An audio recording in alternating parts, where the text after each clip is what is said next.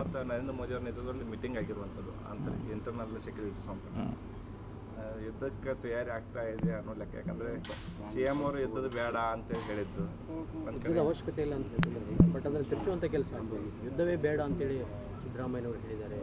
ಹೌದೇನು ಸಿದ್ದರಾಮಯ್ಯ ಕಮಾಂಡ್ರು ಲೆಫ್ಟಿನೆಂಟ್ ಕಮಾಂಡ್ರು ಏನದಾರ ಅವರು ಇವ್ರು BJP ಹೇಳ್ತಾರೆ ಇವ್ರಿಗೆ ಯಾರು ಮಾಡೋಕ್ಕೆ ಬೇಡ ಅಂತೇಳಿ ಯಾರು ಮಾಡಂತ ಹೇಳಲ್ಲ.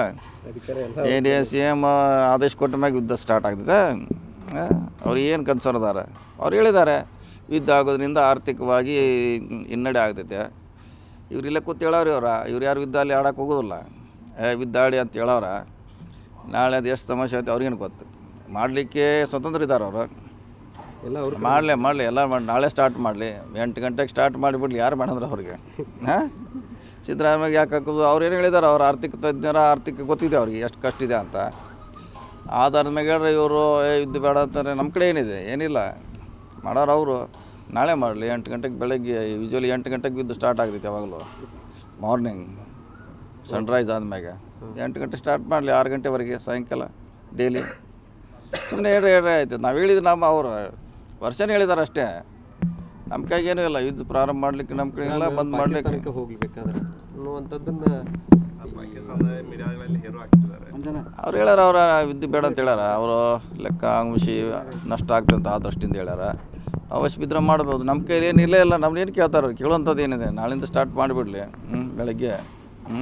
ಅಲ್ಲ ಇಂಥ ವಿಚಾರದಾಗೂ ಸದ್ಯಕ್ಕೆ ರಾಜಕೀಯ 100% ರಾಜಕೀಯನೇ. ಅವ್ರು ತಮ್ಮ ಪೆಲಿಯವ್ರು ಹೇಳ್ತಾ ಇಲ್ಲ ಅವರು ಭದ್ರತಾ ವೈಫಲ್ಯ ಆಗಿದೆ ಅದನ್ನೇನು ಎಲ್ಲೂ ಹೇಳ್ತಾ ಇಲ್ಲ ಅವರು. ಬರೀ ಹಿಂದೂ ಹಿಂದೂ ಅಂತ ಕೇಳಿದ್ರು ಮುಸ್ಲಿಂ ಕೇಳಿದ್ರು ಇದನ್ನೇ ಹೇಳ್ತಾರೆ.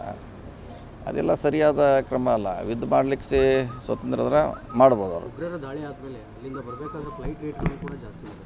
ಅದನ್ನು ಈಗಾಗಲೇ ಸಂತೋಷ್ ಲಾಡ್ ಅವರು ಪ್ರಸ್ತಾಪ ಮಾಡಿದ್ರು. ಮಾಡ್ತಾರೆ. ಪ್ರವಾಸಿಗರು ಉಚಿತವಾಗಿ ಕರ್ಕೊಂಡ್ಬಂದು ಆದರೆ ಇನ್ನುಳಿದ ಪ್ರವಾಸಿಗರು ಬರಬೇಕಾಗಿತ್ತು ಈಜೆ ಬರೋಕ್ಕಿತ್ತು. ಆ ಟೈಮಲ್ಲಿ ಫ್ಲೈಟ್ ರೇಟ್ ಹೆಚ್ಚು ಮಾಡಿದ್ರು. ಮಾಡೇ ಮಾಡ್ತಾರೆ. ಮತ್ತು ಇಂಥ ಲಾಭ ಪಡ್ಲಿಕ್ಕೆ ಇವೆಲ್ಲ ಇದೇನು ಪ್ರಶ್ನೆ ಮೇಳ ನಡೆದು ಇಂಥವೆಲ್ಲ ಹೋಗಿ ಸಿಕ್ಕಾಪಟ್ಟೆ ಹೋಟೆಲ್ ಬಿಲ್ ರೇಟ್ ಆಗೋದು ಫ್ಲೈಟ್ ರೇಟ್ ಹೆಚ್ಚಾಗೋದು ಇದ್ರಾಗಲ ಒಂದು ಕಡೆ ಲಾಭ ಪಡ್ಲಿಕ್ಕೆ ಪ್ರಯತ್ನ ಮಾಡ್ತಾರೆ, ಒಂದು ಕಡೆ ಅವ್ರಿಗೆ ಅನುಕೂಲ ಆಗೋಂಥ ಪ್ರಯತ್ನ ಮಾಡ್ತಾರೆ. ಈ ರೀತಿ ಅವ್ರ ಸ್ಟ್ರಾಟಜಿ ಇರ್ತೈತೆ. ನೋಡೋಣ ಎಲ್ಲಿವರೆಗೆ ಆಗ್ತೈತಿ ಕಾಯೋನಷ್ಟೇ. ಬಿಹಾರದಲ್ಲೆಲ್ಲ ಅದನ್ನೇ ಮಾತಾಡ್ತಿದ್ದಾರೆ ಮೋದಿ ಅವರು. ಬಿಹಾರ ಚುನಾವಣೆ ರ್ಯಾಲಿ ಎಲೆಕ್ಷನ್ದಾಗೆಲ್ಲ ರ್ಯಾಲಿ ಅದೆಲ್ಲ ಬರೀ ಎದ್ದದ್ದೇ ಮಾತಾಡ್ತಿದ್ದಾರೆ.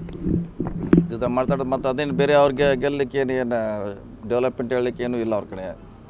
ಹೇಳಿದ್ರೆ ಇದನ್ನೇ ಹೇಳಬೇಕು ಪಾಕಿಸ್ತಾನ ಮುಸ್ಲಿಮು ಇದನ್ನು ಹೇಳೇ ಗೆಲ್ಲಬೇಕಷ್ಟೇ. ಮೆರಿಟ್ ಮ್ಯಾಗ ಅವ್ರ ಕಡೆ ಏನೂ ಅಂಶಗಳಿಲ್ಲ.